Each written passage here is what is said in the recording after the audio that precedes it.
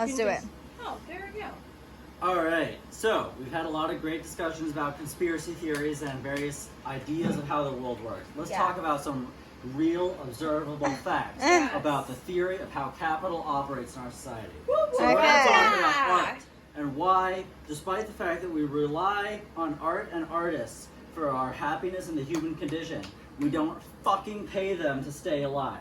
Okay. They're not capital owners. That's right. In the modern era. They don't own the means of capital. Correct. Yes! Produce the raw materials that songs are made out of, but they require high capital production systems in order to turn it from an idea into a product that can be sent out. So artists don't own those systems. They rent them from production services who maintain the tools and extract value from their ownership. But they don't produce any fucking music on their own because they're not artists. They just own shit. But modern audiences require these high capital distribution systems in order to take the songs and move them out of somebody's brain and into your speakers.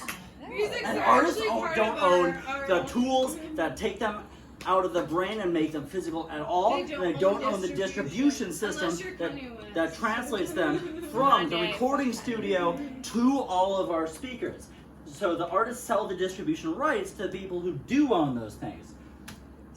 So what do artists actually own? Not a whole lot, it turns out. Production and distribution companies like recording studios and distributors such as Apple with Apple Music or Spotify, or I can't think of anything else because that's all I'm willing to give my money to. Take the production and the distribution rights away from the artist.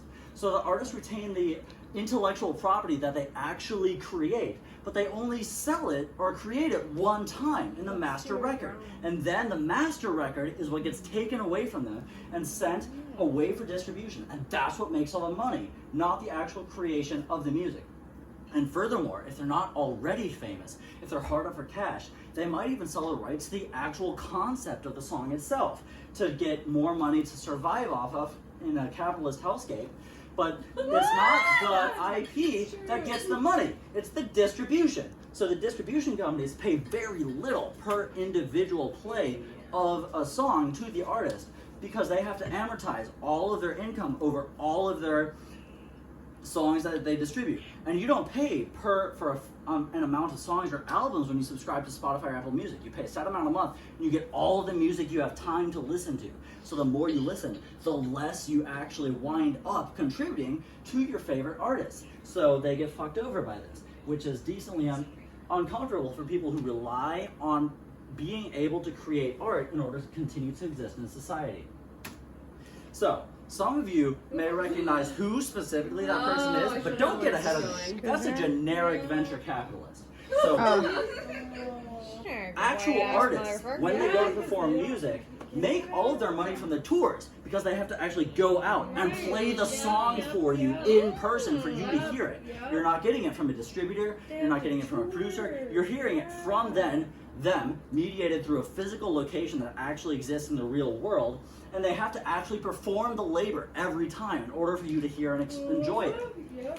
They don't get shit from radio or from streaming or from buying CDs or downloads because they don't make the music that you hear.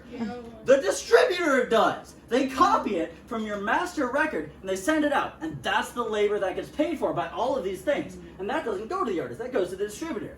So what's the point of owning music if you only sell it one time, right? Nobody can actually go and listen to it unless you go and perform it anew every time you go to a new city. Except artists might not be able to own their production and distribute rights, and maybe, depending on how fucked over they are by capital, they don't even own the original concept that they wrote down. But almost always, they retain the actual lyrics that they created, or if they're a songwriter, or the actual melody that they created if they're a musician, because that's not commercially interesting. Who gives a shit? The concept isn't what's interesting to capital. The first recording of it is what's interesting to capital. So capital almost always doesn't bother buying these things because they don't care. The master record is what actually translates the abstract concept into a physical good that can be copied and sold. So as long as I buy the master record, that's fine. But that means the artist retains one important property or means of gathering revenue. They can just sing it again. They have the rights. They can perform it whenever they want. And because each new performance is a new event, a recording of that performance isn't the master record. They could just make another recording and not sell it this time. So let's talk about artists who have actually managed to get super wealthy and successful out of this horrible capital-focused landscape. Like Beyonce, the richest of modern music, the queen of pop, the face of all our emotions, and has never missed, flopped, failed, or fucked up in any way in her entire career. Now, as you might notice, I'm a straight white guy. I don't know shit about Beyonce, so this slideshow isn't about her. It's about Taylor Swift. Now, we were unsuccessful in our ability to get a stripper for Nikki, which is both unfortunate and also kind of okay, because I feel like that's a very awkward vibe for the night. Okay. However, it's important to note that over the course of her career, Taylor Swift has been both scathing and surprisingly emancipatory towards the masculine roles in society. In particular, forcing men into being her assistants, subordinates, and backups in modern society. So, in that note, I will be continuing this presentation of Taylor Swift's backup dancer. Oh my God! I didn't bring my boots because I don't know where they are. But, all right. Yay! We love the secure man. Do the dance. Hell yeah. Okay. So let's talk about what. I'm obsessed with this. Over the course of her career, Taylor Swift wasn't happy. She was born, she was grown, and she was molded by her experiences. So, we have her early initial career first. And she entered a recording contract as a minor. In 2006, she was 17 years old. She's not legally able to enter any binding contract in her own name. Her dad was. And her dad wasn't focused on her personal growth. He was focused on the money, because that's what matters.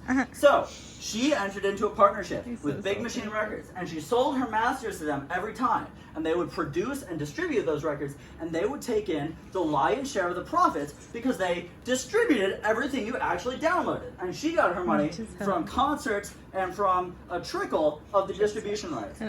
And nobody was expecting that a white girl from Pennsylvania would somehow turn out to be the heart of modern country music.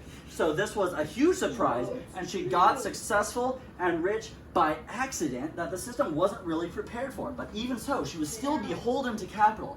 Even with all her wealth and success, she was still completely subservient to the existing structure that takes her music and sends it out and makes it available for everyone to hear. But the new Taylor of recent years is still completely unable to exist and sleep and do normal human shit and not write songs. But she got sick and fucking tired of having to sell her music to existing capital structures. So she stopped selling her master records to Big Machine. She does whatever she wants, and while she doesn't own the masters for her first 6 albums, she does own every new thing she produces and doesn't tell them about. And she can perform them into a microphone whenever she wants. And do whatever she wants with a recording of them. Right? Yep. So, enough about rich bitches. Let's talk about the theory of economics. Supply and demand. There are 3 major categories of property: public, private, and personal. Public isn't interesting to us for this purpose of this presentation. But private and personal get confused for each other a lot. And the differences are, private property is something that could be useful to everyone, but is artificially restricted by ownership rights. And it's something that used to be common to every single person who existed in the area, but it was enclosed by capital interests. It's restricted from your use artificially by people who extract wealth from you by forcing you to pay them for the privilege of producing monetary value in the economy from the property that they have taken for themselves. It extracts wealth rather than producing value. It doesn't produce anything. It's just a legal concept that we all agree to go along with. And these are things like expensive tools, or pasture land, or factories, or houses in the modern economy. It's things that you have to exist and produce value. But they won't fucking sell them to the people who use them to make the economy run. They take rent and they're stealing it from us every time they do this. Now, personal property is completely different. It's something that isn't useful to everyone. It's useful to the person who actually has it and operates it, but can't be funged and distributed to everyone else. It's individuated to the person who operates it. It's not common property. It actually generates value. It's your personal skill and experience and knowledge when you're performing work, or it's things that you've created or maintained that actually matter to the world. It produces value.